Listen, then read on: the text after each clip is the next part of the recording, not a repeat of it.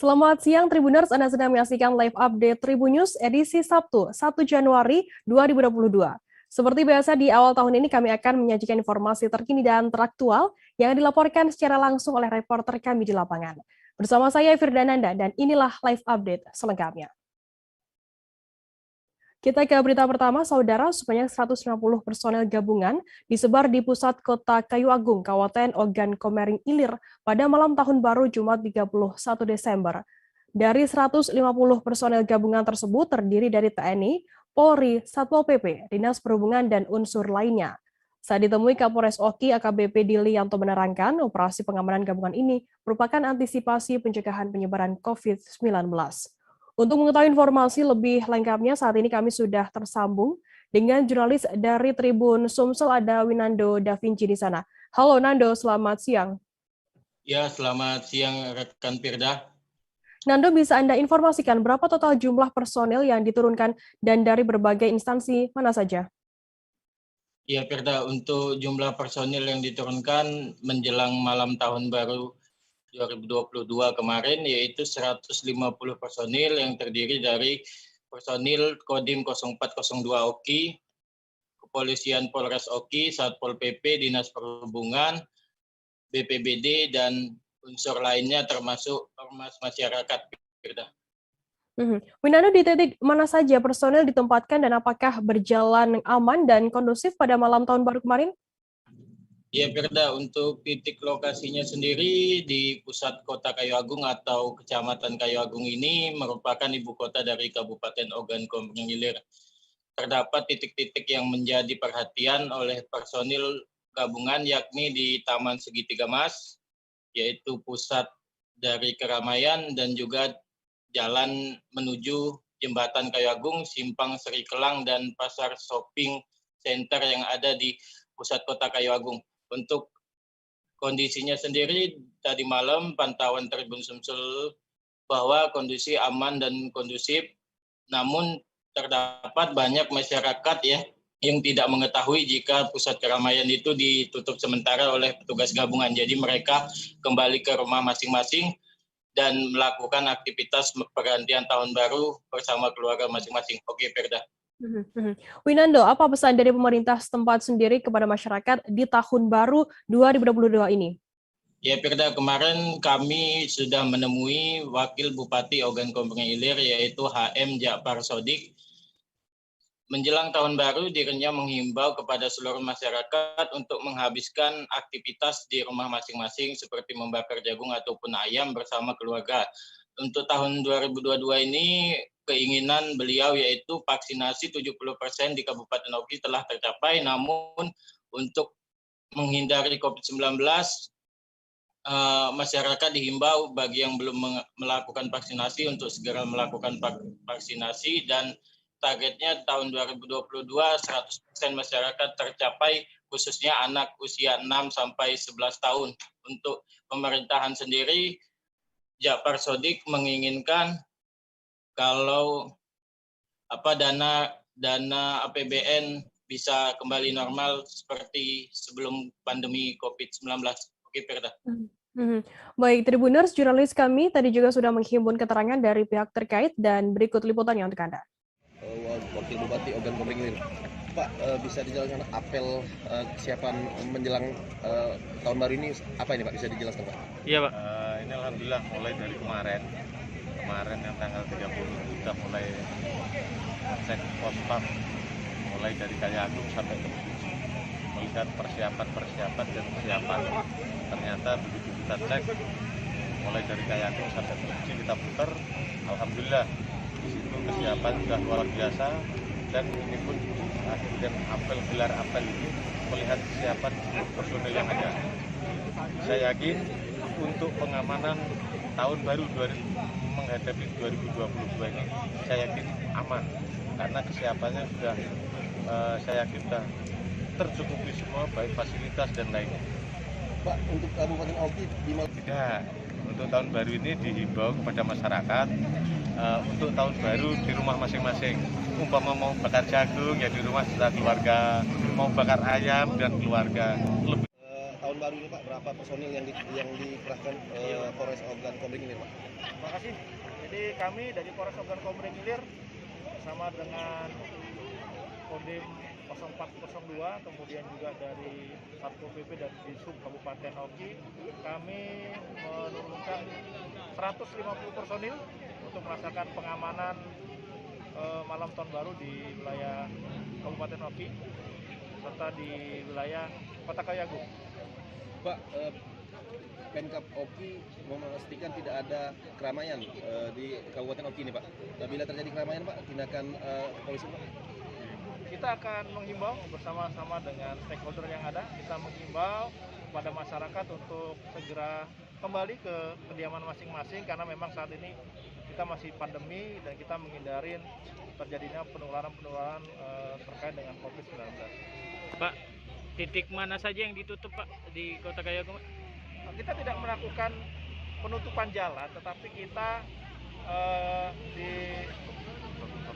pusat keramaian kita lakukan pengamanan, kita tempatkan anggota-anggota kita di sana untuk menghalau apabila ada kerumunan masyarakat yang akan masuk ke tempat-tempat tersebut. Kita beralih ke informasi selanjutnya, Saudara. Sebanyak 28 desa di 6 kecamatan di Aceh Utara pada Jumat 31 Desember terendam banjir. Desa-desa tersebut terendam karena tergenang dengan air hujan yang mengguyur kawasan Aceh Utara dari Kamis 30 Desember malam hingga Jumat 31 Desember siang. Sebagian lainnya terendam karena meluap air dari sungai yang terdekat dengan desa tersebut. Informasi lebih lengkapnya akan disampaikan oleh rekan jurnalis kami dari Serambi News Indonesia, ada Jafarudin di sana. Halo Jafar, selamat siang. Selamat siang rekan Firda. Jafar, bisa Anda informasikan bagaimana saat ini kondisi banjir pada 1 Januari pada tahun baru ini? Baik, rekan Firda, dapat kami laporkan hujan deras yang mengguyur kawasan Aceh Utara pada Kamis sampai dengan Jumat siang itu menyebabkan air meluap ke pemukiman warga sehingga menyebabkan sejumlah desa, kecamatan yang ada di Kabupaten Aceh Utara itu terendam. Selain itu, hujan deras tersebut juga menyebabkan beberapa kecamatan yang memang jauh dari sungai tapi juga terendam karena memang derasnya hujan. Nah, sampai pada hari ini di awal tahun baru 1 Januari, beberapa kecamatan yang terendam dengan air hujan itu mulai surut, tapi kecamatan-kecamatan yang lain itu mulai meluas karena memang disebabkan air dari sungai seperti di Krungkerto dan Krungpeto itu terus meluap sehingga menyebabkan banjir pada hari ini terus meluas dan beberapa kecamatan lain tetangga seperti di Kecamatan Payabakung, di Kecamatan Matangkuli, Perak Timur dan juga di Losukun itu sudah mulai meluas dan merendam rumah masyarakat. Rekan Firda. Jafar, apakah saat ini sudah ada warga di Aceh Utara yang mengungsi begitu? Ya, belum ada laporan yang diterima oleh Badan Penanggulangan Bencana Daerah soal adanya pengungsi. Tapi biasanya ketika memang terjadi banjir seperti ini, masyarakat yang ada seperti di Kecamatan Matangkuli, Kecamatan Perak Timur yang ada di pedalaman Aceh Utara itu biasanya mereka akan mengungsi ke rumah-rumah tetangga yang dianggap itu lebih aman. Tapi kalau memang airnya lebih akan naik lagi, bertambah lagi, mereka nanti akan mengungsi ke tempat umum seperti Menasah atau tempat-tempat lainnya seperti balai pengajian. Namun sejauh ini pihak BPBD terus melakukan pendataan ke lokasi untuk mengecek apakah memang sudah ada warga yang mengungsi. Rekan Firda. Jafar, bagaimana kemudian saat ini dari informasi yang Anda dapat di lapangan begitu? Bagaimana informasi mengenai kondisi cuaca untuk di Aceh Utara?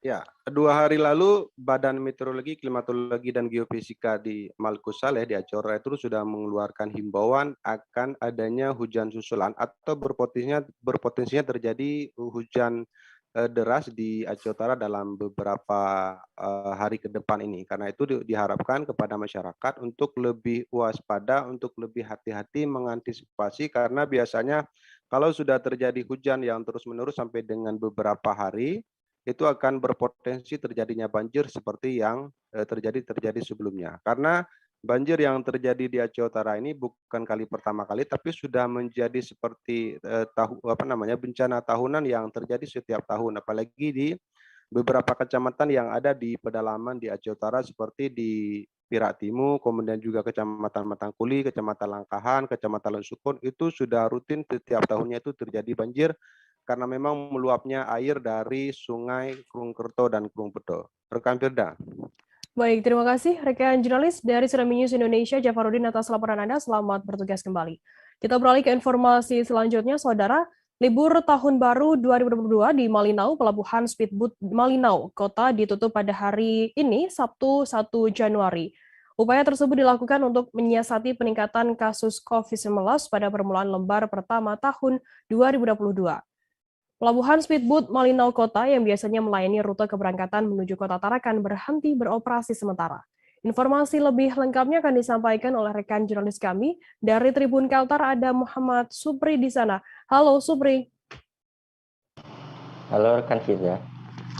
Supri, bisa Anda informasikan bagaimana strategi Satgas COVID-19 mengurangi lonjakan kasus di tahun baru 2022 ini?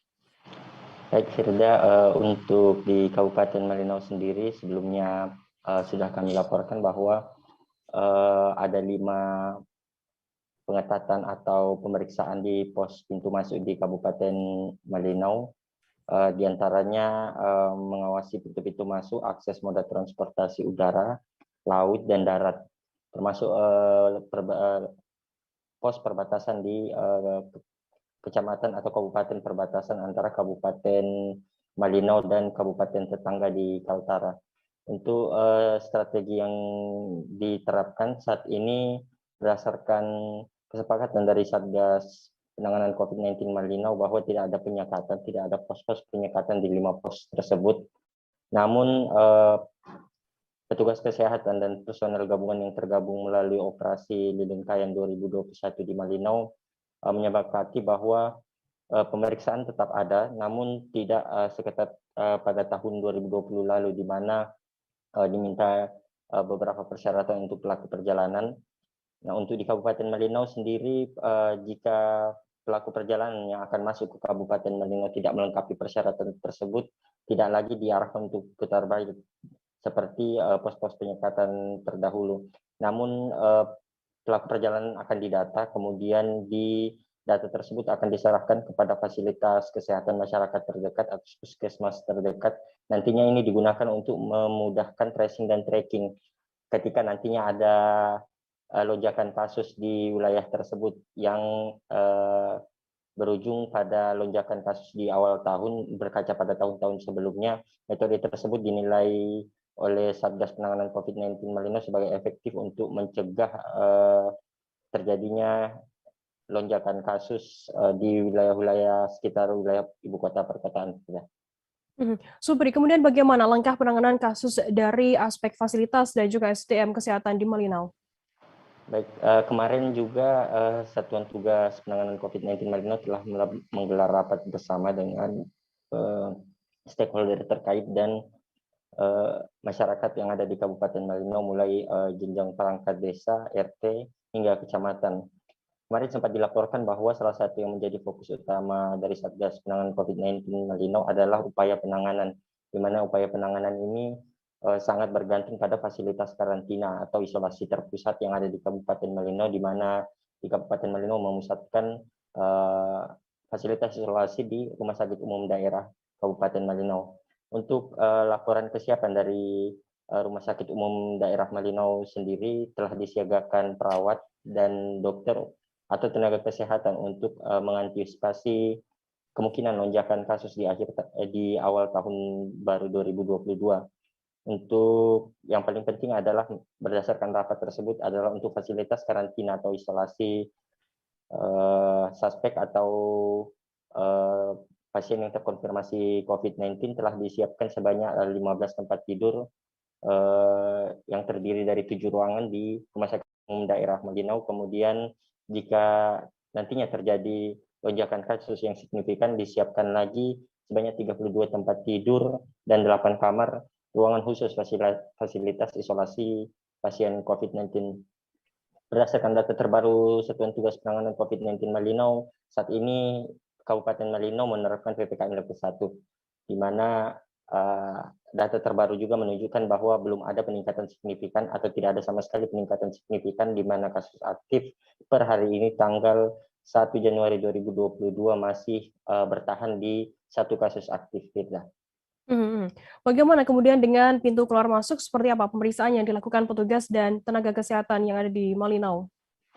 Baik, untuk di antara 5 posko pintu masuk di Kabupaten Malinau, 2 diantaranya mendapatkan perhatian yang lebih serius dibanding moda transportasi yang lain, di mana jalur darat penghubung antara kecamatan Kabupaten Malinau dengan Kabupaten Nunukan di sebelah utara dan di sebelah timur ada perbatasan antara Kabupaten Malinau dengan ibu kota provinsi Kabupaten Bulungan dan Kabupaten Tanah Tidung. Untuk wilayah-wilayah seperti ini, petugas disiagakan di 2 posko perbatasan tersebut.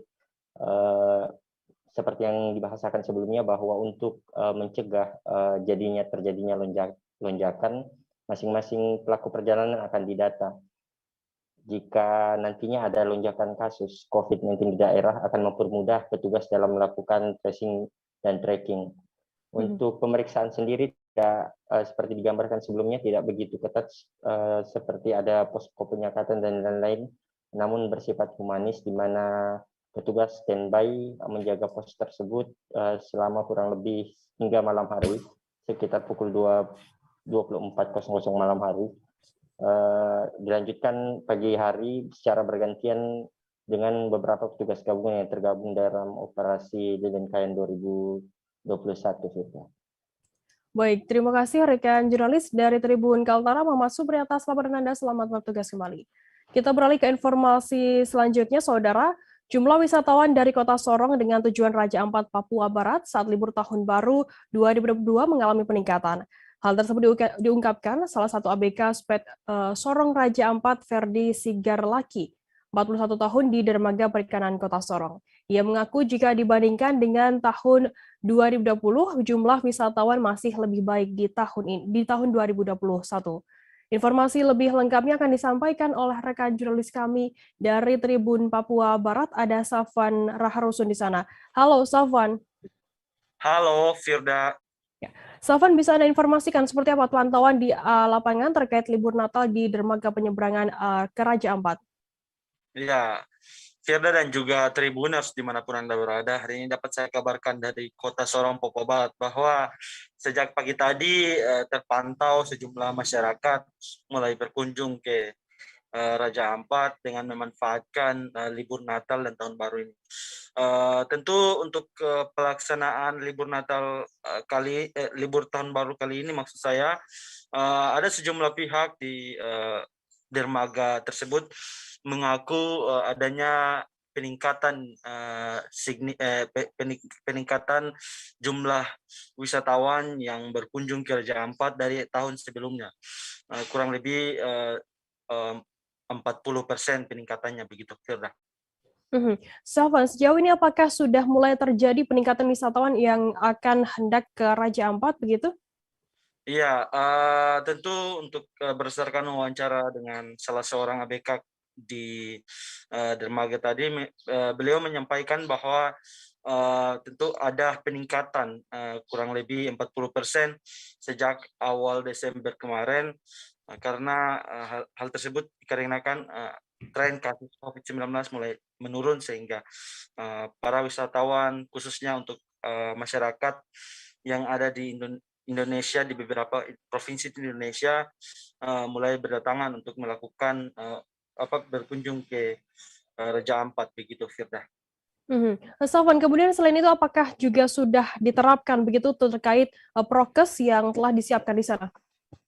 Iya, berdasarkan pantauan di lapangan, ada sejumlah fasilitas yang ada di dermaga tersebut telah dipasang sejumlah scan barcode Peduli Lindungi untuk bagi pengunjung, baik wisatawan dan juga masyarakat yang ingin berkunjung ke Raja Ampat. Memang wajib, saat ini sudah wajib melakukan scan barcode, sehingga memastikan orang-orang yang ke Raja Ampat baik melakukan perjalanan wisata ke Raja Ampat maupun masyarakat umum yang ke Raja Ampat sudah memang harus mengikuti vaksinasi begitu. Lantas bagaimana harapan dari masyarakat sendiri terkait kondisi naiknya penumpang di dermaga tersebut? Iya, beberapa orang di dermaga tersebut mereka berharap agar pemerintah daerah bisa melakukan langkah-langkah agar bisa segera kasus COVID-19 ini segera hilang begitu, sehingga aktivitas penyeberangan antara penyeberangan wisatawan dari kota Sorong menuju ke Raja Ampat pun bisa lancar kembali begitu, Firda. Baik, Tribuners, jurnalis kami tadi juga sudah menghimpun keterangan dari ABK Speed Sorong Raja Ampat, Ferdi Sigarlagi. Berikut liputannya untuk Anda. Masih ada ya. Dia mengalami peningkatan tidak seperti yang tahun lalu. Yang tahun lalu kan masih di dalam posisi COVID-19. Yang kemarin dengan ini ya masih ada, tidak seberapa sih. Masih bagus yang tahun ini. Yang kemarin. Yang tahun ini. Tahun ini. Yang tahun ini. Yang kemarin kan COVID-19 kan. Itu kira-kira mengalami peningkatan berapa persen ya, Pak? Artinya yang kemarin itu mungkin tambahan 10% lagi dari ini. Oke, berarti sekitar 40-an persennya. Untuk tahun baru ini memang ada tidak penumpang-penumpang yang pergi wisatawan yang pergi di spot-spot wisata di sana? Kalau tahun ini belum sih, karena kan ini awal tahun kan. Maksudnya yang liburan tahun baru ini? Mungkin ada, tapi mungkin mereka tidak tempat sini. Ada ya. Tetap ada ya. Kalau kita kan di sini kan sesuai prosedur yang ada. Siap. Oke. Bang, ini kan sudah mulai mengalami peningkatan ini, orang-orang yang mau ke Raja Ampat sudah mulai datang terus. Ini mungkin harapan kepada pemerintah seperti apa? Ya, harapan kita sebagai rakyat untuk kedepannya nanti ya harus kita lihat situasi bagaimana. Sebagai kita COVID ini kita harus menjaga di protokol biar aktivitas ke Raja Ampat juga bisa lancar. Tribuners, seusai jeda kami akan kembali dengan informasi menarik lainnya, tetaplah di Live Update. Oke, apa kabar Bang Arif di sini untuk strateginya? Kalau saya sendiri di Jumit 37 ini yang semalam baru mulai, saya udah pasti. Sebenarnya aku nggak ngerasain penangkapan atau penggerebegan atau apapun itu, karena gini loh, posisinya aku kriteria. Jadi kita mengenal disebut dengan stroke yang tidak berdarah dengan stroke yang berdarah. Stroke yang tidak berdarah itu biasanya ditandai dengan adanya penyumbatan. Kalau itu terjadi di sini mungkin pikirnya tidak ke situ kali ya. Tapi kalau di Korea atau di Kamboja itu ada beberapa paper yang saya itu Mas, ya, dulunya tukang koran. Oh gitu ya. Tukang koran. Ya, saya baca itu Pak. Tuh kan pernah baca kan? Ya. Jadi kalau saya jadi pangdam itu udah bersyukur banget. Si anak ini dijadikan sebagai tersangka begitu. Ya, kalau ini kita bicara yang di luar kasus Sibolga ya. Dengan nama hujan shower, di mana terdapat batas jelas antara daerah hujan dan tidak hujan yang biasanya terjadi pada fase awal mature stage atau tahap berbahaya itu Kang. Jadi mulai artinya terjadinya perlembekan. Nah itu untuk penetrasi akan sulit begitu ya. Dok, saya ini menurut saya memang tidak mudah. Bukan urusan tanah diambil. Kalau misalnya Amerika Serikat sekarang, Rasulullah mengatakan dalam sebuah hadis bahwa berpuasa di 6 hari Syawal itu. Oke, apa kabar Bang Arif di sini untuk strateginya? Kalau saya sendiri di Jumit 37 ini yang semalam baru mulai, saya udah pasti. Sebenarnya aku nggak ngerasain penangkapan atau penggerebegan atau apapun itu, karena gini loh, posisinya aku kriteria. Jadi kita mengenal disebut dengan stroke yang tidak berdarah dengan stroke yang berdarah. Stroke yang tidak berdarah itu biasanya ditandai dengan adanya penyumbatan. Kalau itu terjadi di sini mungkin pikirnya tidak ke situ kali ya. Tapi kalau di Korea atau di Kamboja itu ada beberapa paper yang saya itu Mas, ya, dulunya tukang koran. Oh gitu ya. Tukang koran. Ya, saya baca itu Pak. Tuh kan pernah baca kan? Ya. Jadi kalau saya jadi Pangdam itu udah bersyukur banget. Si anak ini dijadikan sebagai tersangka begitu. Ya kalau ini kita bicara yang di luar kasus Sebongombo ya. Dengan nama hujan shower, di mana terdapat batas jelas antara daerah hujan dan tidak hujan yang biasanya terjadi pada fase awal mature stage atau tahap berbahaya itu Kang. Jadi mulai artinya terjadinya perlembekan. Nah itu untuk penetrasi akan sulit. Gitu ya. Dok, saya ini menurut saya memang tidak mudah, bukan urusan tanah diambil. Kalau misalnya Amerika Serikat sekarang, Rasulullah mengatakan dalam sebuah hadis bahwa berpuasa di 6 hari Syawal itu. Oke, apa kabar Bang Arif di sini untuk strateginya? Kalau saya sendiri di Jumip 37 ini yang semalam baru mulai, saya udah pasti. Sebenarnya aku nggak ngerasain penangkapan atau penggerebegan atau apapun itu, karena gini loh, posisinya aku kriteria. Jadi kita mengenal disebut dengan stroke yang tidak berdarah dengan stroke yang berdarah. Stroke yang tidak berdarah itu biasanya ditandai dengan adanya penyumbatan. Kalau itu terjadi di sini mungkin pikirnya tidak ke situ kali ya, tapi kalau di Korea atau di Kamboja itu ada beberapa paper yang saya itu Mas, ya, dulunya tukang koran. Oh gitu ya. Tukang koran. Ya, saya baca itu Pak. Tuh kan pernah baca kan? Ya. Jadi kalau saya jadi Pangdam itu udah bersyukur banget. Si anak ini dijadikan sebagai tersangka begitu. Ya kalau ini kita bicara yang di luar kasus Sebongombo ya. Dengan nama hujan shower, di mana terdapat batas jelas antara daerah hujan dan tidak hujan yang biasanya terjadi pada fase awal mature stage atau tahap berbahaya itu Kang. Jadi mulai artinya terjadinya perlembekan. Nah itu untuk penetrasi akan sulit. Gitu ya. Dok, saya ini menurut saya memang tidak mudah, bukan urusan tanah diambil. Kalau misalnya Amerika Serikat sekarang, Rasulullah mengatakan dalam sebuah hadis bahwa berpuasa di 6 hari Syawal itu. Oke, apa kabar Bang Arif di sini untuk strateginya? Kalau saya sendiri di Jumip 37 ini yang semalam baru mulai, saya udah pasti. Sebenarnya aku nggak ngerasain penangkapan atau penggerebegan atau apapun itu, karena gini loh, posisinya aku kriteria.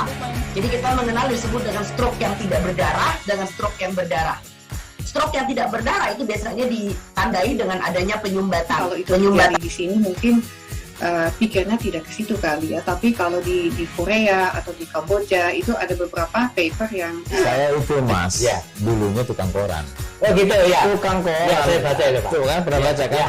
Jadi kalau saya jadi Pangdam itu udah bersyukur banget. Si anak ini dijadikan sebagai tersangka begitu. Ya kalau ini kita bicara yang di luar kasus Sebongombo ya. Dengan nama hujan shower, di mana terdapat batas jelas antara daerah hujan dan tidak hujan yang biasanya terjadi pada fase awal mature stage atau tahap berbahaya itu Kang. Jadi mulai artinya terjadinya perlembekan. Nah itu untuk penetrasi akan sulit. Gitu ya. Dok, saya ini menurut saya memang tidak mudah, bukan urusan tanah diambil. Kalau misalnya Amerika Serikat sekarang, Rasulullah mengatakan dalam sebuah hadis bahwa berpuasa di 6 hari Syawal itu. Oke, apa kabar Bang Arif di sini untuk strateginya? Kalau saya sendiri di Jumip 37 ini yang semalam baru mulai, saya udah pasti. Sebenarnya aku nggak ngerasain penangkapan atau penggerebegan atau apapun itu, karena gini loh, posisinya aku kriteria. Jadi kita mengenal disebut dengan stroke yang tidak berdarah dengan stroke yang berdarah.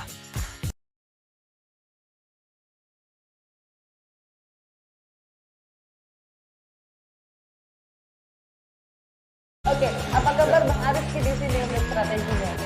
Kalau saya sendiri di Jumip 37 ini yang semalam baru mulai, saya udah pasti.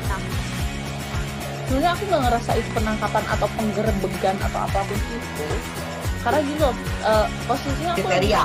Jadi kita mengenal disebut dengan stroke yang tidak berdarah dengan stroke yang berdarah. stroke yang tidak berdarah itu biasanya ditandai dengan adanya penyumbatan. Kalau itu terjadi di sini mungkin pikirnya tidak ke situ kali ya, tapi kalau di Korea atau di Kamboja itu ada beberapa paper yang saya itu mas, dulunya tukang koran. Oh gitu ya. Tukang koran. Ya, saya baca itu Pak. Tuh kan pernah baca kan? Jadi kalau saya jadi Pangdam itu udah bersyukur banget. Terima kasih Anda masih bersama kami di live update. Kita beralih ke informasi selanjutnya, Saudara. Ratusan bahkan ribuan kendaraan di Kota Batam, Kepulauan Riau terjebak banjir bandang di sejumlah titik jalan utama pada malam pergantian tahun 2021. Guyuran hujan disertai angin kencang mengakibatkan arus lalu lintas jalan raya lumpuh total.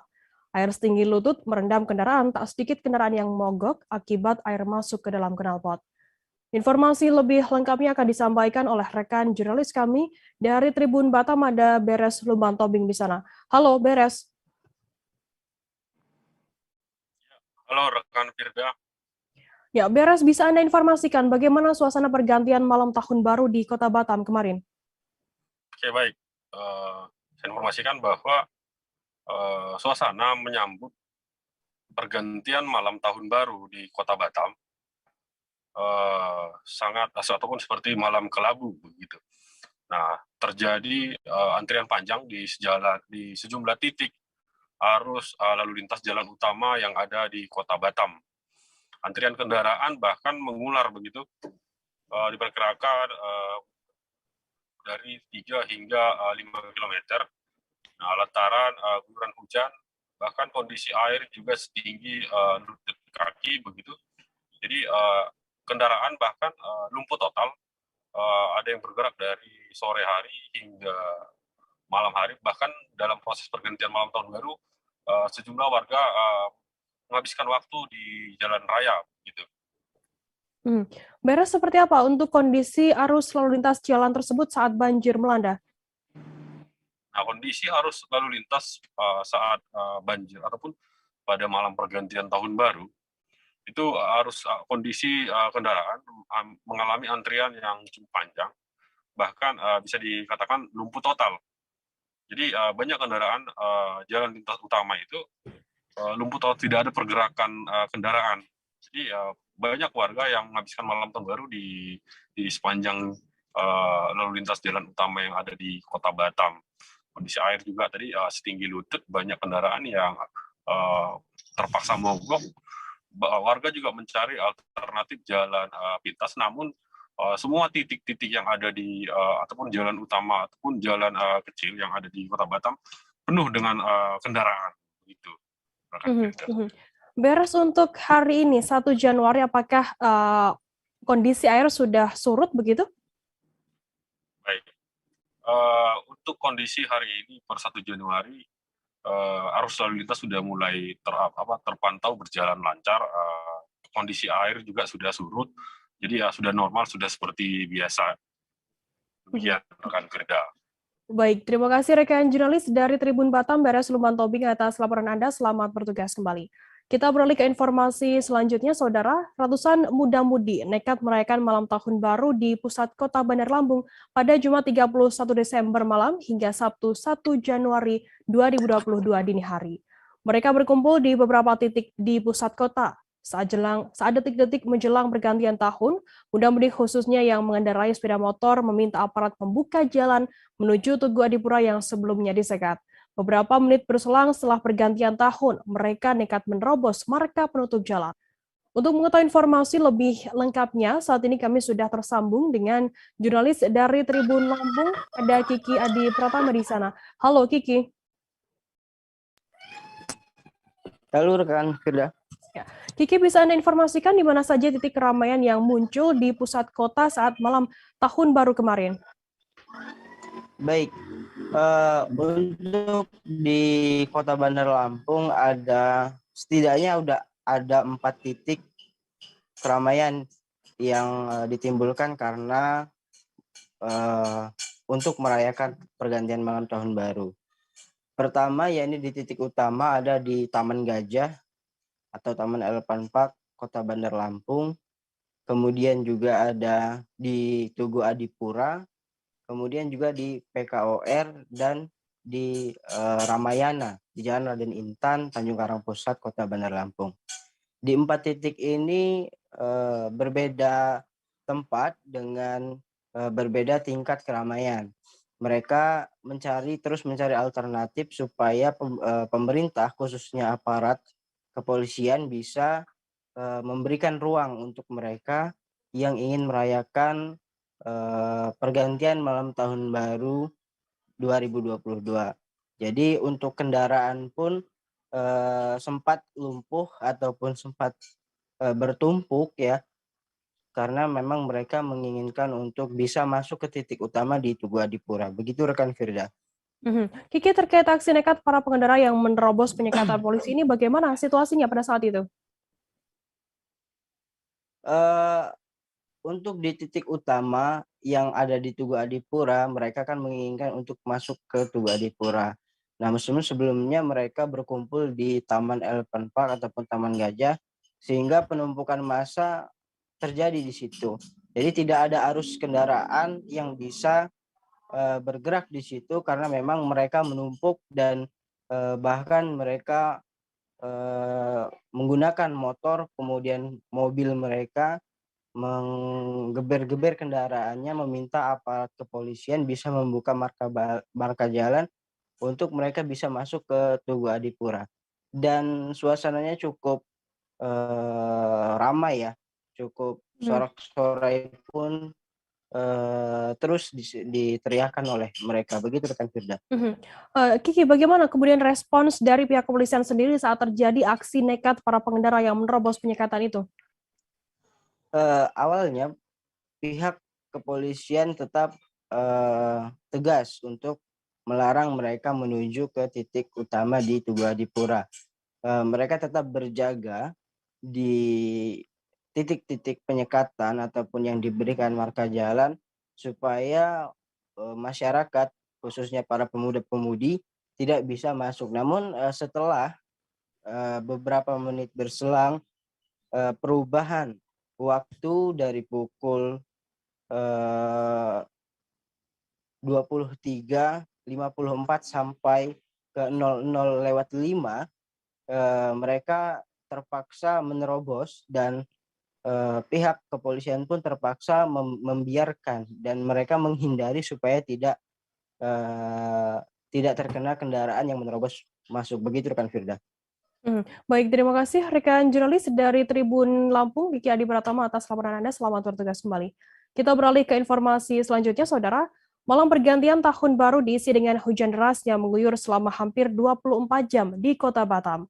Hujan deras sejak pagi hingga menjelang tengah malam pada Jumat 31 Desember kemarin.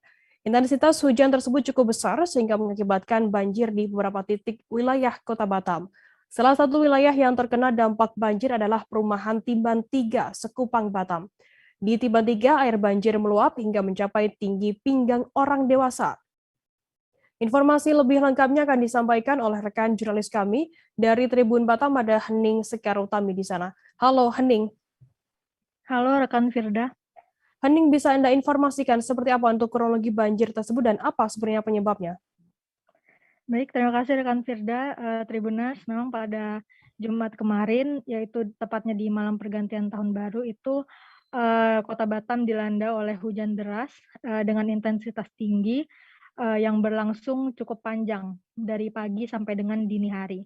Dan hujan tersebut mengakibatkan beberapa titik saluran air maupun sistem drainase di Kota Batam itu tidak mampu menampung curah hujan yang tinggi sehingga meluap sampai membanjiri ke area perumahan dan pertokoan milik warga. Dan salah satunya adalah di perumahan Timban 3, Sekupang. Di Sekupang sendiri, titik-titik banjir itu banyak terjadi di lokasi perumahan dan juga di jalan-jalan raya. Dan banjir ini muncul sekitar pukul 3 sore, yang awalnya hanya semata kaki, kemudian mulai meninggi sampai mencapai pinggang orang dewasa, dan baru surut cukup lama, yaitu menjelang pukul 11 malam. Demikian. Hening, di wilayah mana saja banjir tersebut terjadi? Baik rekan Firda, memang hujan deras ini mengguyur hampir seluruh wilayah di Kota Batam. Namun kita lihat dampak yang signifikan yaitu berupa banjir itu terjadi terutama di beberapa kecamatan seperti Kecamatan Sekupang, Kecamatan Batu Aji, Kecamatan Sebeduk, dan Kecamatan Sagulung. Di sana dampak banjirnya itu cukup terasa, dan juga di beberapa titik jalan di Kota Batam yang tergenang air mengakibatkan kemacetan. Ada sekitar lebih dari 25 titik banjir di Kota Batam kemarin, yang intensitasnya itu beragam, mulai dari tinggi hanya semata kaki atau berupa genangan, hingga mencapai lebih dari 1 meter. Hening apa saja untuk kerugian material yang dialami oleh warga akibat adanya banjir yang melanda 25 titik di Kota Batam ini? Baik, rekan Firda, kalau di wilayah perumahan, tepatnya di Tiban Sekupang, itu banyak sekali warga yang mengeluhkan kerugian material, seperti misalnya karena banjir itu memasuki area dalam rumah warga, sehingga perabotan pun terendam banjir dan rusak parah. Dari surutnya kemarin malam sampai dengan pagi ini, warga masih mengevakuasi barang-barangnya atau mengeluarkan perabotan-perabotan yang terendam banjir tersebut, seperti meja, lemari, kulkas, televisi, dan alat elektronik lainnya. Selain itu juga beberapa kendaraan sempat mogok dan juga dibongkar pagi ini karena ada beberapa mesin kendaraan yang rusak terendam air. Selain dampak yang dirasakan oleh warga, juga beberapa sarana perumahan juga hancur karena diterjang oleh banjir yang mengalir, yaitu berupa pagar pembatas saluran air. Demikian rekan Firda. Baik, Tribuners, jurnalis kami tadi juga sudah menghimpun keterangan dari seorang warga Tiban 3 Sekupang bernama Ikra. Berikut liputannya untuk Anda. 3 ya lagi itu kan, mungkin surutnya sekitar jam-jam 11 malam lah, begitu. Di lewat pusat 1 meter lah.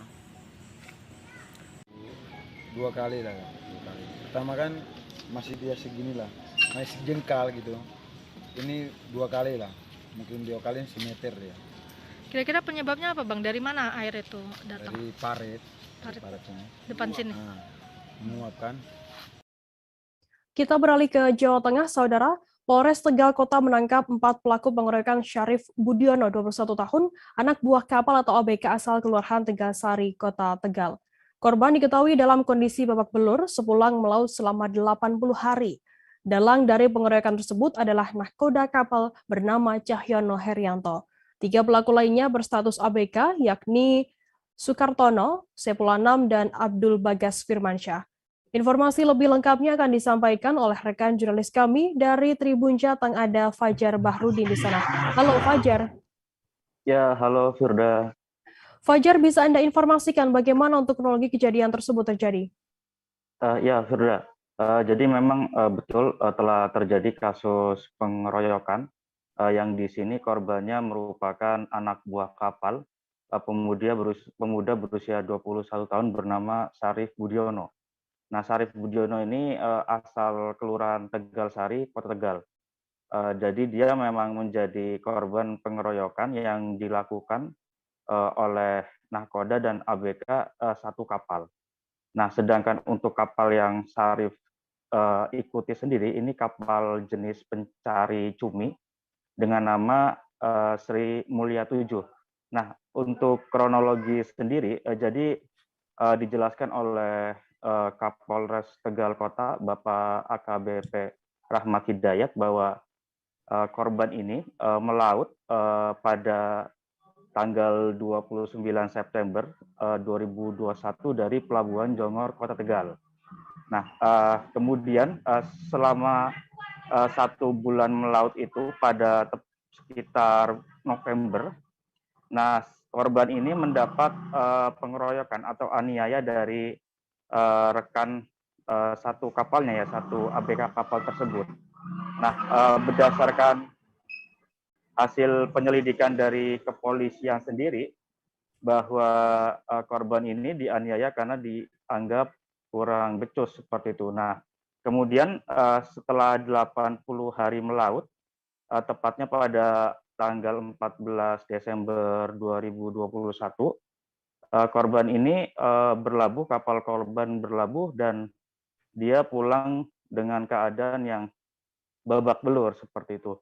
Lalu korban memeriksakan diri ke rumah sakit yang ada di Tegal, dan setelah mendapatkan hasil visum, korban kemudian melaporkan kejadian pengeroyokan tersebut, Firda. Kemudian bagaimana untuk dari pelaku sendiri berjumlah 4 orang begitu? Apa sebenarnya motif dari pengeroyokan tersebut? Ya betul, Firda. Jadi memang dalam kasus ini kepolisian telah menetapkan bahwa pelaku ini berjumlah 4 orang. Dan satu di antaranya itu adalah dalang. Dalangnya sendiri merupakan nahkoda yang bernama Cahyono. Jadi Cahyono ini disebutkan tidak menganggap kerja korban ini tidak becus atau kurang benar.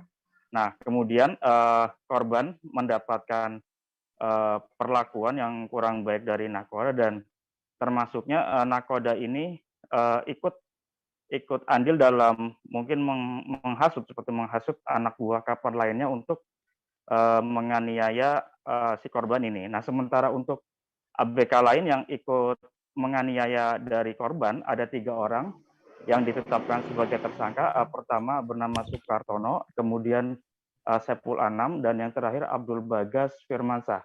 Dan untuk motif sendiri, keterangan dari kepolisian, motifnya itu karena si nahkoda menganggap kerja si korban tidak becus.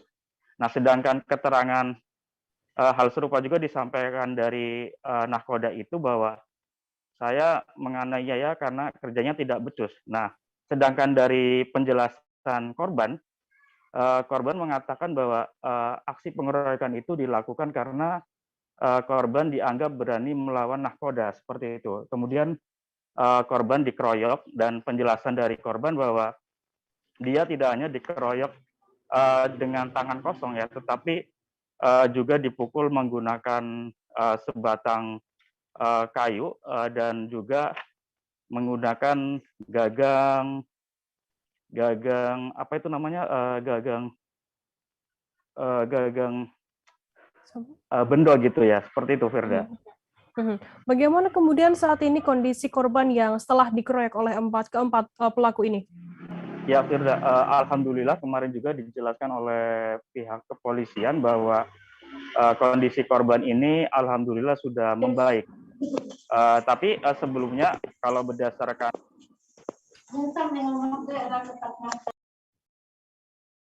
silakan dilanjutkan. Berdasarkan hasil visum dari rumah sakit bahwa korban ini mengalami luka yang cukup parah. Salah satunya itu tangan kanan korban mengalami patah tulang, lalu kulit mengelupas, dan ada luka robek di bagian leher dan kepala, seperti itu, Firda. Kemudian para pelaku ini nantinya akan dijerat pasal berapa dan berapa tahun hukuman penjara untuk para pelaku? Nah, untuk pelaku sendiri saat ini memang sudah ada di balik jeruji yang ada di kantor kepolisian. Mereka dijerat dengan pasal 170 Kitab Undang Hukum Pidana tentang kekerasan yang dilakukan di muka umum secara bersama-sama. Nah, ancaman hukuman sendiri mereka diancam dengan hukuman 5 tahun 6 bulan penjara. Dan dari kasus ini juga kepolisian meminta kepada masyarakat barangkali mendapatkan kasus serupa yang itu dianiaya atau dikeroyok oleh rekan kerjanya, itu dapat melaporkan kepada kepolisian, seperti itu, Firda.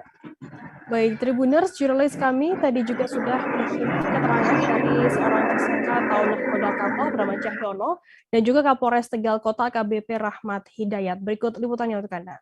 Kalau kerja nggak ya tetap nggak boleh, orang jangan digebukin gitu. Mempercepat mengurangi protein agar ada berapa awak kapal di sana? Mungkin lebih cepat. Sama saya 12 ya.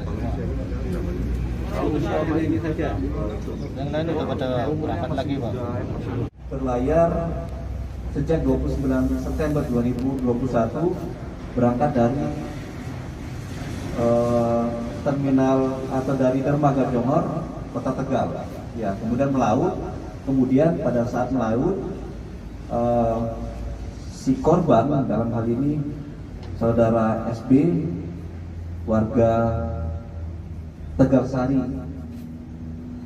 yang menjadi salah satu awak di kapal tersebut menjadi korban pengeroyokan, di mana kronologinya berawal dari yang bersangkutan menurut penilaian dari nahkoda memiliki kinerja yang kurang baik selama menjadi awak kapal, sehingga dilakukan pemukulan oleh nahkoda dan kemudian diikuti oleh awak kapal yang lainnya, sehingga yang bersangkutan mengalami luka. Dan kembali setelah melakukan kegiatan pencarian ikan, tentu saja kapal ini akhirnya merapat kembali ke dermaga dan kemudian yang bersangkutan korban ini melaporkan, dan kemudian telah dilakukan penanganan dengan membawa ke rumah sakit.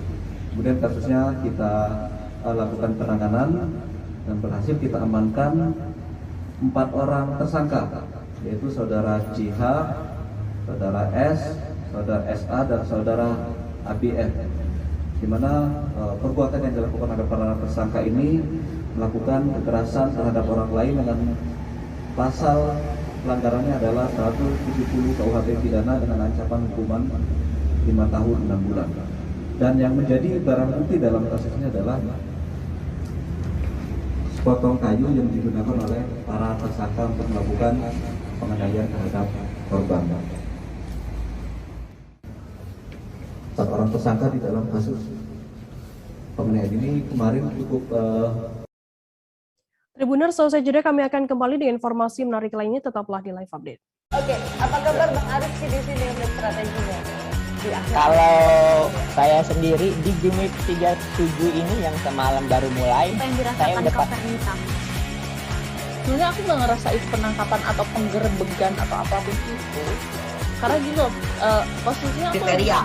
Jadi kita mengenal disebut dengan stroke yang tidak berdarah dengan stroke yang berdarah. Stroke yang tidak berdarah itu biasanya ditandai dengan adanya penyumbatan. Kalau itu terjadi di sini mungkin pikirnya tidak ke situ kali ya. Tapi kalau di Korea atau di Kamboja itu ada beberapa paper yang saya itu mas, ya dulunya tukang koran. Oh gitu ya. Tukang koran. Ya, saya baca itu Pak. Tuh kan pernah baca kan? Ya. Jadi kalau saya jadi pangdam itu udah bersyukur banget. Si anak ini dijadikan sebagai tersangka begitu. Ya kalau ini kita bicara yang di luar kasus Kedungombo ya, dengan nama hujan shower, di mana terdapat batas jelas antara daerah hujan dan tidak hujan yang biasanya terjadi pada fase awal mature stage atau tahap berbahaya dewasa. itu Kang. Jadi mulai artinya terjadinya perlembekan. Nah itu untuk penetrasi akan sulit. Gitu ya. Dok, saya ini menurut saya memang tidak mudah, bukan urusan tanah diambil. Kalau misalnya Amerika Serikat sekarang, Rasulullah mengatakan dalam sebuah hadis bahwa berpuasa di 6 hari Syawal itu. Oke, apa kabar Bang Arif sih di sini untuk strateginya? Kalau saya sendiri di Jumip 37 ini yang semalam baru mulai, saya udah sebenarnya aku nggak ngerasain penangkapan atau penggerbegan atau apapun itu. Karena gini loh, posisinya aku kriteria. Jadi kita mengenal disebut dengan stroke yang tidak berdarah dengan stroke yang berdarah. Stroke yang tidak berdarah itu biasanya ditandai dengan adanya penyumbatan. Kalau itu terjadi di sini mungkin pikirnya tidak ke situ kali ya. Tapi kalau di Korea atau di Kamboja itu ada beberapa paper yang saya itu mas, ya dulunya tukang koran. Oh gitu ya. Tukang koran. Ya, saya baca itu Pak. Tuh kan pernah baca kan? Ya. Jadi kalau saya jadi pangdam itu udah bersyukur banget. Si anak ini dijadikan sebagai tersangka begitu.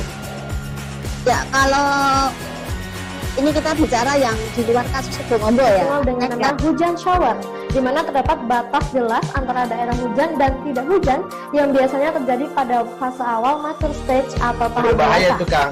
Jadi mulai artinya terjadinya perlembekan. Nah itu untuk penetrasi akan sulit. Gitu ya.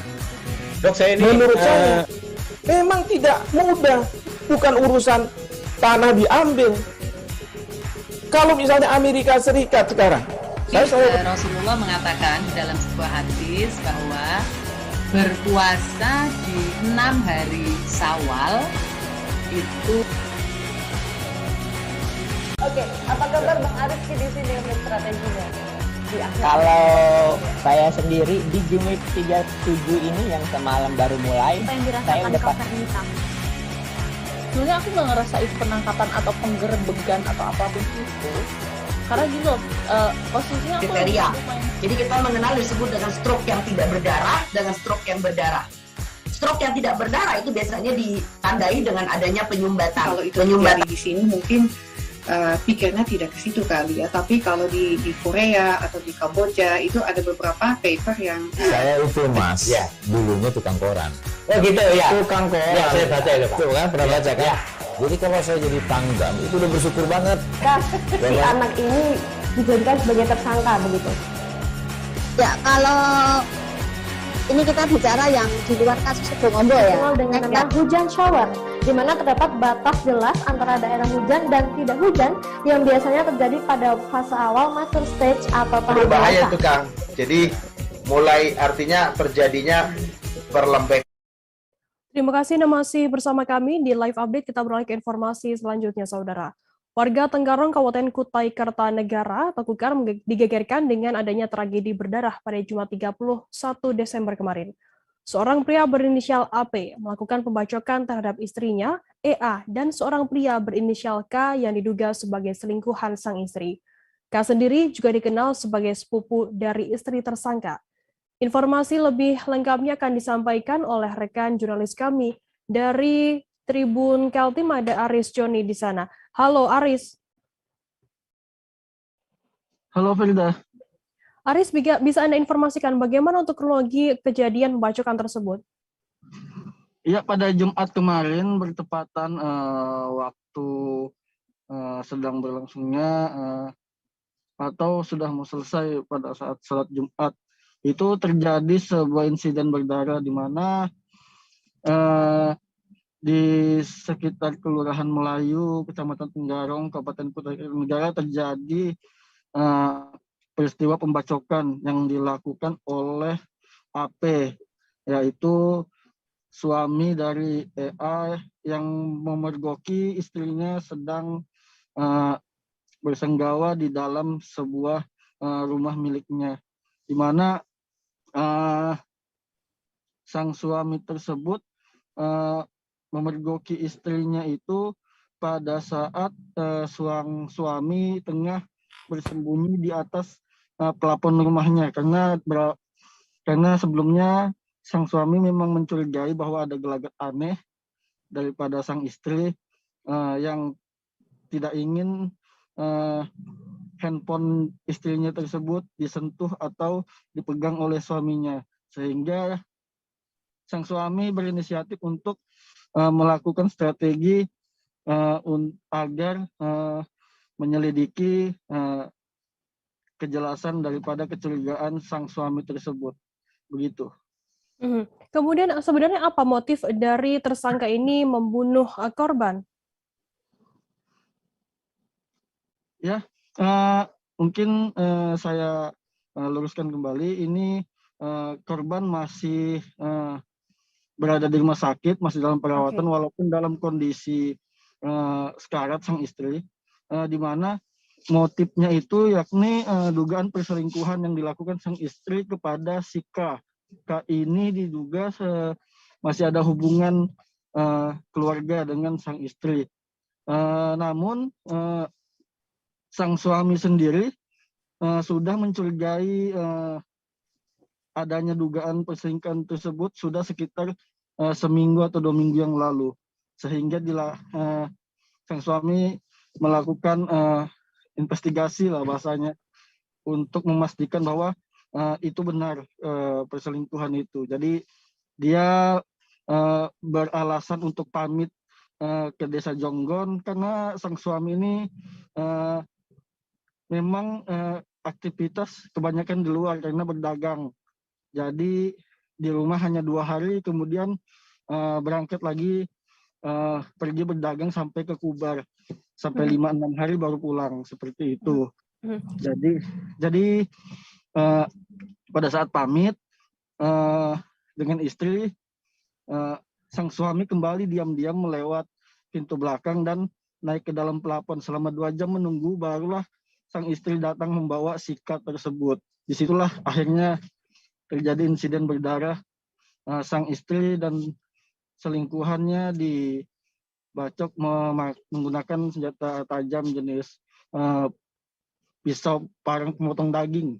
Tapi si selingkuhannya ini sempat kabur tanpa tak berbusana. Infonya seperti itu. Kemudian bagaimana saat ini kondisi dari kedua korban yang dibacok oleh pelaku ini? Kalau selingkuhannya itu sempat dibacok oleh tersangka sang suami, namun sempat kabur melalui jendela. Sementara kesal dengan perbuatannya itu, sehingga sang suami melampiaskan kepada istri. Nah, saat ini kondisi istrinya sudah dibawa ke rumah sakit dan informasi yang kami dapat dalam kondisi sekarat seperti itu. Kemudian bagaimana Aris untuk perkembangan dari kasus pembacokan tersebut untuk saat ini? Ya, untuk saat ini si suami atau tersangka sudah berada di tahanan Polsek Tenggarong, di mana setelah melakukan pembacokan itu, sang suami ya tidak berselang waktu lama menyerahkan diri ke Polsek, dan saat ini sudah ditangani oleh pihak Polsek Tenggarong dan sudah ditahan. Ya, baik, terima kasih rekan jurnalis dari Tribun Kaltim Aris Joni atas laporan Anda. Selamat bertugas kembali. Kita beralih ke informasi selanjutnya, Saudara. Sepanjang tahun 2021, Polda Kalimantan Barat telah melakukan pemberhentian tidak dengan hormat sejumlah personil kepolisian. Selain itu, saat ini pun Polda Kalbar sedang memproses pidana 6 anggotanya.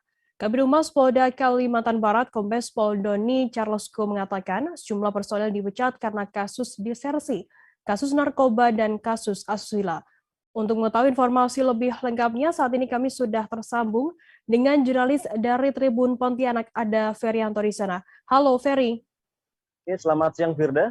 Ya, Ferry, bisa Anda informasikan total ada berapa jumlah anggota kepolisian dari Polda Kalbar yang dipecat pada tahun 2021?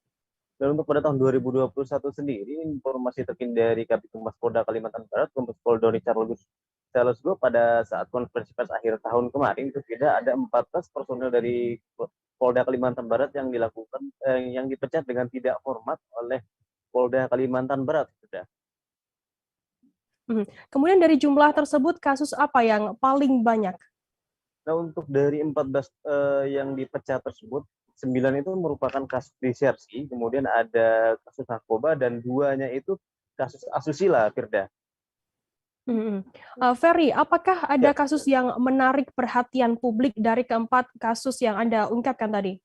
Nah, dari 14 kasus ini ada dua kasus ya sebenarnya menjadi perhatian publik ini terkait dengan tindakan asusila dari anggota personel dari Polda Kalimantan Barat ini, dan yang paling menarik perhatian itu satu tidak di Polresta Pontianak, di mana pada tahun 2020 lalu saat seorang anggota Satlantas Polresta Pontianak itu melakukan tindakan asusila terhadap seorang pengendara yang ditilangnya. Kemudian kasus tersebut menarik perhatian publik bahkan sampai di nasional, Firda.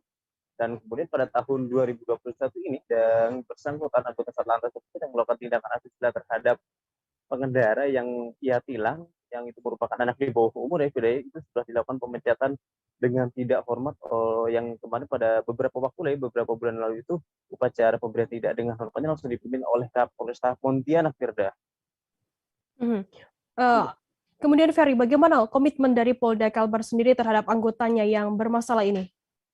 Kemarin itu pada saat konferensi pers di Mapolda Kalbar sendiri yang dibuka langsung oleh Kapolda Kalimantan Barat, Kabid Humas Polda Kalimantan Barat itu Kombes Pol Doni Charlesko menegaskan bahwa pihaknya tidak akan pandang bulu dalam melakukan penegakan hukum ya, baik itu kepada masyarakat maupun terhadap anggotanya sendiri yang memang melakukan tindak pidana atau menyalahi aturan dari kepolisian. Bila mana memang terbukti bersalah, maka pihak kepolisian dari Polda Kalimantan Barat itu tidak segan-segan untuk memberikan rekomendasi pemecatan langsung. Selain itu juga yang bersangkutan pastinya yang melakukan pelanggaran ini bakal juga disanksi oleh pidana, di samping dilakukan pemecatan juga, Firda. Baik, terima kasih rekan jurnalis dari Tribun Pontianak Ferianto atas laporan Anda, dan tadi Tribuners Ferry juga sudah menghimpun keterangan dari Kabid Humas Polda Kalbar, Kombes Pol Doni Charlesco. Berikut liputannya untuk Anda. Dari yang dua asusila ini, rekan-rekan mungkin tahu ada satu masalah asusila yang cukup viral, anggota kita yang melakukan tindakan asusila terhadap pelanggar lalu lintas, dan itu sudah kita proses dan sudah kita pecah. Artinya apa? Kita tidak memberi peluang sedikit pun untuk anggota-anggota yang memang tidak layak jadi anggota polisi. Ya, berdasarkan rekomendasi tidak segan-segan untuk kita lakukan pemecatan. Di samping itu, tahun ini ya ada 6 orang polisi yang sudah kita proses pidana dan ini masih berlangsung. Kasusnya 5 itu tipu gelap dan 1 kasus narkoba. Di Kabupaten Mesuji ada sebuah rumah makan yang cukup terkenal dan pernah dikunjungi oleh Presiden Joko Widodo. Rumah makan tersebut bernama Rumah Makan Citra Intan, terletak di Desa Simpang Mesuji, Kecamatan Simpang Pematang, Kabupaten Mesuji. Informasi lebih lengkapnya akan disampaikan oleh rekan jurnalis kami dari Tribun Lampung, ada Rangga Yusuf di sana. Halo Rangga. Halo rekan Firda dan Tribuners. Rangga, bisa diceritakan sedikit mungkin soal latar belakang berdirinya Rumah Makan Citra Intan ini dan di Kabupaten Mesuji, dan mengapa bisa sampai terkenal hingga dikunjungi oleh Presiden Joko Widodo?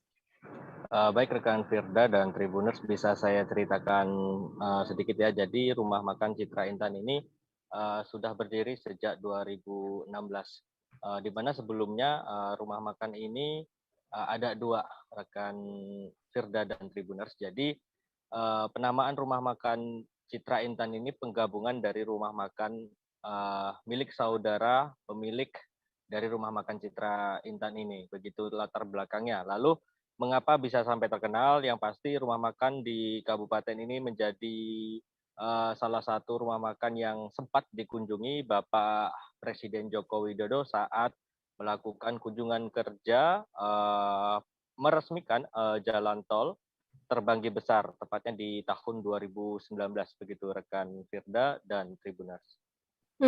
Ada menu apa saja di Rumah Makan Citra Intan ini, dan menu yang paling spesial sendiri apa?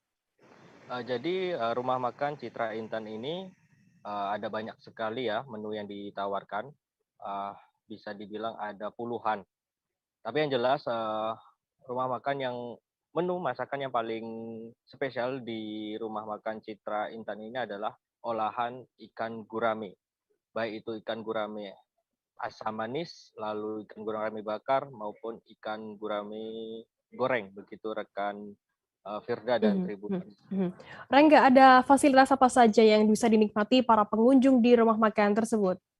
Jadi Rumah Makan Citra Intan ini banyak menawarkan fasilitas yang dipunya, sehingga Bapak Jokowi memang dikasih kesempatan untuk menyicipi makanan di Rumah Makan Citra Intan ini karena tempatnya yang begitu luas, rekan Firda. Begitu pula di rumah makan ini ada ruang meeting yang bisa dimanfaatkan untuk pengunjung yang ingin memanfaatkan ruang meeting tersebut dengan merogoh kocek Rp1.000.000 dalam 1 harinya, begitu rekan Firda dan Tribuners. Lalu ada taman juga, ini menambah suasana keseruan ya, jadi menambah suasana keseruan buat pengunjung yang ingin menikmati makan bersama keluarga dengan memandang taman di Rumah Makan Citra Intan itu, rekan Firda dan Tribuners.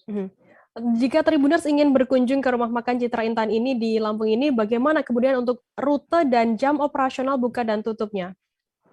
Baik rekan Firda, jadi rutenya itu untuk keberadaan Rumah Makan Citra Intan ini berada tepat di Desa Simpang Mesuji, atau lebih tepatnya di Tikungan, dekat Tikungan, Jalan Lintas Timur, Pasar Simpang Pematang, Desa Simpang Mesuji, Kecamatan Simpang Pematang, Kabupaten Mesuji. Nah, jika ini pengunjung dari Bandar Lampung, bisa melalui jalan tol, lalu keluar di exit tol Simpang Pematang. Nah, dari exit tol Simpang Pematang ambil arah ke kanan. Dari situ menuju Desa Simpang Mesuji atau Pasar Simpang Pematang. Nah, dari Tikungan Jalintim Pasar Simpang Matang, kurang lebih 100 meter akan dijumpai rumah makan Citra Intan tersebut. Begitu rekan Firda. Untuk jam operasionalnya dibuka dari pagi sampai malam, begitu rekan Firda dan Tribunas. Baik, terima kasih rekan jurnalis dari Tribun Lampung Rangga Yusuf atas laporan Anda. Selamat bertugas kembali.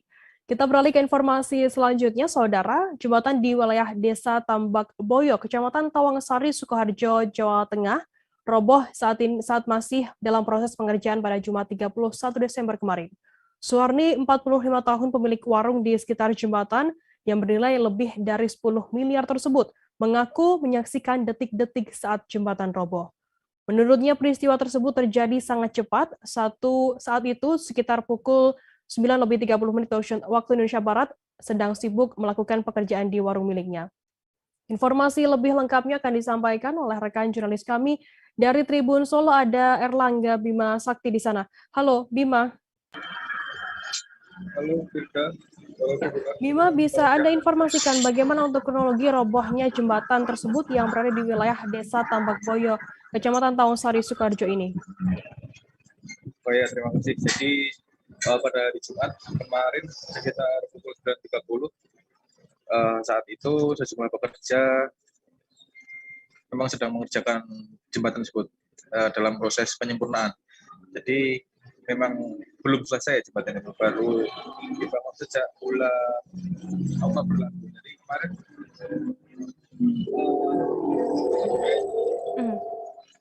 niatnya akan menyetel tali seling karena modelnya jembatan gantung ya. Jadi jembatan tersebut akan dikalibrasi tali selingnya yang berada di dua titik. Kemudian tiba-tiba saat sedang distel, baut pengait itu terlepas sehingga terjadilah peristiwa itu. Sehingga jembatan yang menggantung di atas sungai itu kemudian roboh begitu. Kemudian apa dampak yang ditimbulkan dengan adanya jembatan yang roboh ini? Untuk dampak sendiri, selain kerusakan jembatan senilai 10 miliar itu, juga saat itu sedang ada 5 pekerja, namun ada 2 pekerja yang terkena dampak atas kejadian itu. Salah satunya sampai mengalami patah tulang lagi 2 kali. Kemudian salah satunya mengalami luka-luka. Yang parah yaitu ada yang sampai kedua kakinya patah. Bima, untuk saat ini apakah sudah diketahui terkait dugaan penyebab robohnya jembatan yang bernilai 10 miliar rupiah ini? Untuk dugaan sementara karena masih dalam pendalaman dari pihak-pihak terkait, kalau dari warga sekitar yang memperkirakan itu ya karena kesalahan kerja. Jadi saat itu kan memang sedang dikerjakan. Jadi yang perlu ditekankan di sini, jembatan itu tidak putus. Tali selingnya terlepas saat sedang dikerjakan. Jadi tidak ada kerusakan putus maupun kerusakan yang lain. Jadi diperkirakan teknik pekerjaannya saja yang ada kekeliruan. Bima, bagaimana kemudian tanggapan dari pemerintah setempat dan juga warga yang menyaksikan kejadian robohnya jembatan tersebut? Untuk dari pemerintah sendiri, dari dinas kemarin sempat dimintai konfirmasi lebih dulu, menyebut bahwa proyek jembatan itu masih dalam tanggung jawab tekanan, artinya masih dalam kontraktor karena memang masih dikerjakan dan perlu diresmikan, sehingga masih akan dibicarakan terlebih dahulu karena masih di tanggung jawab kontraktor. Untuk masyarakat sendiri ya sangat menyayangkan ya. Jadi di 2 wilayah tersebut ketika tidak ada jembatan itu masyarakat apabila yang menyeberang di Sungai Bengawan Solo itu harus memutar jauh sekitar 8 kilo. Jadi anak-anak sekolah kemudian warga ya harus memutar jauh. Nah, jembatannya berada di jauh dari itu. Baik, terima kasih rekan jurnalis dari Tribun Solo, Erlangga Bima Sakti atas laporan Anda. Selamat bertugas kembali. Tribuners, informasi tadi sekaligus menutup perjumpaan kita dalam live update hari ini. Jangan lupa saksikan terus live update di seluruh kanal YouTube dan Facebook Tribun Network. Saya Firda Ananda, mewakili kru yang bertugas, pamit undur diri. Terima kasih, selamat tahun baru, dan sampai jumpa. Jangan lupa like, subscribe, dan share ya!